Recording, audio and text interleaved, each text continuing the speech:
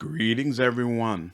Hope all of you are having an absolutely fantastic day. We are back again with Disco Elysium, the final cut, a science fiction post apocalyptic role playing game from developer Zom.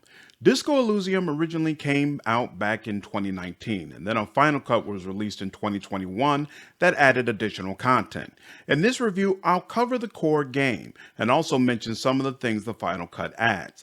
Let's talk about what I liked and disliked in this experience. Starting with what I liked, the story is incredible. You play as a police officer who starts the game face down on the floor with almost no clothes on after a heavy night of drinking.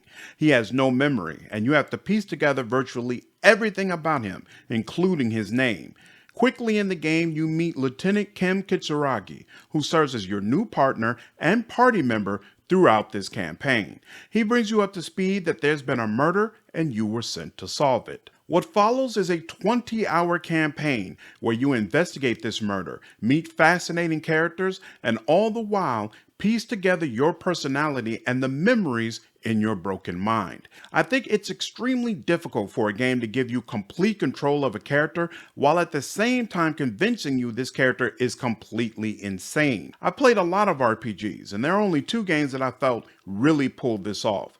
Vampire the Masquerade Bloodlines if you played as a Malkavian, and Disco Elysium, regardless of how you play. This guy is nuts, and it makes the game such a wonderful experience. Part of what really sells that his mind is shattered is the unique level up system. So in this game, you have 4 different abilities: intellect, psyche, physique, and motorics. Each ability has 6 skills that are associated with it. Your ability ranking will decide a skill starting rank and how many points you can put into that particular skill. So for example, if you start the game with a 2 on psyche, then you will have a ranking of 2 in all of its related skills, and as you level up, you can put 2 additional points into those skills. The variety of skills that are available in this game is absolutely amazing and lets you create really unique characters. Want to be a John Constantine type who uses the supernatural to solve mysteries? Visual calculus lets you reconstruct crime scenes in your mind. Inland Empire gives you waking dreams that can provide clues, and Shivers lets you literally listen to the city. Combine those 3 together and become someone who just feels what the answer is through dreams and visions. Or maybe you want a Harry Callahan tough as nails type of cop. Espera Decor will make you highly attuned to cop culture and help you understand other peers on the force. Authority helps to assert dominance and demand respect from those around you. Physical Instrument strengthens your muscles and makes you a force in melee combat, while finally hand-eye coordination will ensure you are surgical when a pistol's in your hand. Those 2 character examples don't even cover half of the skills available, and the list of different characters you could potentially create is staggering. But this is only part of what makes the system so special. The other piece is that all of these skills will literally speak to you during conversations. Originally, a lot of these sections were text only, but the final cut adds voiceover dialogue for all of your internal conversations. So for example, if you have a high ranking in authority, then the authority voice will chime in all the time and tell you to take control or be more aggressive. There's a ton of situations where different parts of your mind will all chime in with facts or opinions about how something should be handled. Sometimes they will even argue directly with each other. This gives Disco Elysium a ton of replay value. In a lot of RPGs, you don't want to play them again because all the dialogue is going to be the same. But in this game, which voices you hear the most is based to some degree on how you level yourself up. So if you want to make dialogue more interesting, just roll a completely different character. Speaking of dialogue, it is a huge selling point of this game. You play in the fictional city of Revachol, which has a long political history. Consequently, many of the residents have strong feelings regarding politics, and you will get dialogue options to help flesh out where you stand. There are 4 political alignments in this game: communism, fascism, moralism, and ultra-liberal. These alignments are not mutually exclusive, so your character could easily be a contradictory mix of different perspectives. Do you want to be a fascist who believes in doing right by other people? Or maybe an ultra-liberal who loves money but also has strong affection for the working class? It's absolutely possible in this game, allowing you to reconstruct a complex personality that has many different perspectives. The Final Cut adds one vision quest for each alignment. They are mutually exclusive, so I only got to experience the communism quest, but it was fantastic and fit right in with the game. In addition to words, your thoughts help to establish what kind of person you truly are. As you choose certain dialogue options, specific thoughts will be unlocked that you can either throw away or decide that you want to internalize. So for example, if during the game you chose 3 left-wing or communist dialogue options, a thought will come up that maybe you want to follow communism. From there, you can either dismiss the thought or decide that it makes sense. If you decide to internalize a thought, it takes a few hours for your mind to wrap itself around this new idea. During this time, you'll experience a temporary debuff, such as a -2 to visual calculus, but once it's complete, you'll gain a new buff that you didn't have before.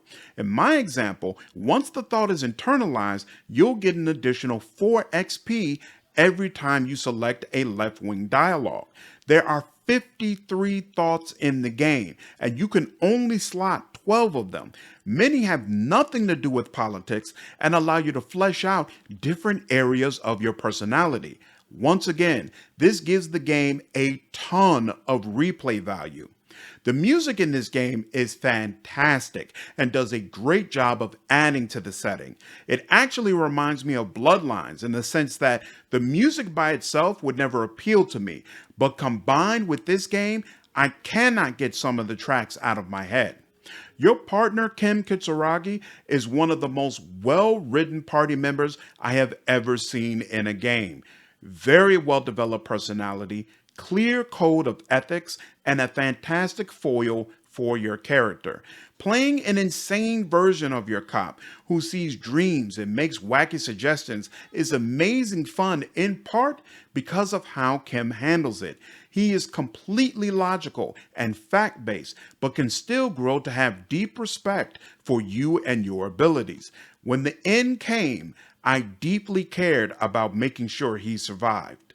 Speaking of Kim's survival, the game slowly builds towards a major scene with some characters who have come to the city. Over time, you learn more about them and realize how much danger you are in. The showdown, where you finally meet these people, is one of the best boss fights I've ever experienced in a game. There's very little combat in Disco Elysium, so the scene feels like the game going from 0 to 100. It's very easy for you to completely screw up this section and get a bunch of people killed. It's also possible for you to come out looking like a hero and getting a lot of respect from people who previously thought very little of you. It is truly an incredible and highly memorable sequence. There is one part of the game I am neutral on. Even though you play as a police detective, to me, it doesn't feel like you solve a mystery. Rather, it feels like you are watching the story of a mystery being solved, if that makes sense. Your skills don't determine if you can connect the dots and figure out who was responsible for the murder. The story just leads you there. I put this in the neutral section because Disco Elysium has an interesting system that expects failure. There are times when your skills talk to you, but other times you actually need to use a skill in dialogue. In these situations, you are told the probability that you will succeed at this skill check. Red checks can only be tried once, so if you fail forever, and sometimes they are terrible and hilarious consequences. White checks can be tried repeatedly. After failing a white check, when you put another point into the related skill, the check will be available to try again. There are also some thoughts that will reactivate all white skill checks. Due to this system, Disco Elysium is not the type of game where on your first playthrough, you should try to succeed on all the checks. It's truly an experience where you just play, and if you fail the check, that just means it wasn't meant to be. I think this system is part of the game's DNA, and it would be very difficult to have a game where you could fail checks and be okay with it, while at the same time knowing that failing certain checks would prevent you from solving the mystery. Therefore, even though I prefer mysteries that require skill on the part of the player, I put this in the neutral section because the game is providing a specific type of experience and it delivers on that.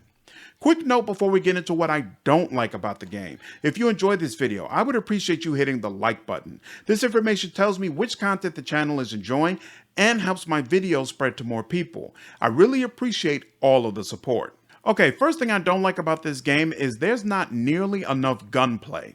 I know that sounds like a weird critique for this type of game, so let me explain. As I mentioned, the cop you play has lost everything, including his memory. You quickly find out that you don't have your gun and have no idea where it is. This is definitely treated as a big deal in the game, and I love how those conversations were handled. The problem is, I feel like the game should follow up with situations where you don't have a gun and really wish that you did. The conversations definitely made me feel embarrassed about losing my weapon, but there wasn't a single time during the game where I really wished I had a gun I could pull out. By the time those situations occur, you have already had an opportunity to find your weapon. I think this weakens the gravity of his carelessness. Also, even after you find your weapon, I only know of one scene where you get to use it. For the most part, it just sits on your hip, which is fantastic if you are an officer in real life, but rather bland in a video game. I hope the sequel provides just a couple more opportunities to put your hand-eye coordination skills to the test. Circling back to failed skill checks, I strongly dislike how the game handles probabilities. So as I mentioned, when you look at a skill check, the game tells you how likely you are to actually succeed. My problem is that this number means nothing in the final cut. In the original Disco Elysium, when presented with a check that showed you would succeed 80% of the time, even if you failed, you could reload your save, try it again, and probably succeed within a few times. That is definitely not the case now. One check was sitting at 87%, and I literally loaded up the game 20 times, and still it wouldn't let me pass it. There's another sequence that I reloaded 40 plus times on a 50-50 probability, and the game still would not allow me to pass the check. As I said before, your first time playing Disco Elysium, you shouldn't try to game the checks. Just accept whatever failures occur. The issue with this is I think it harms replayability.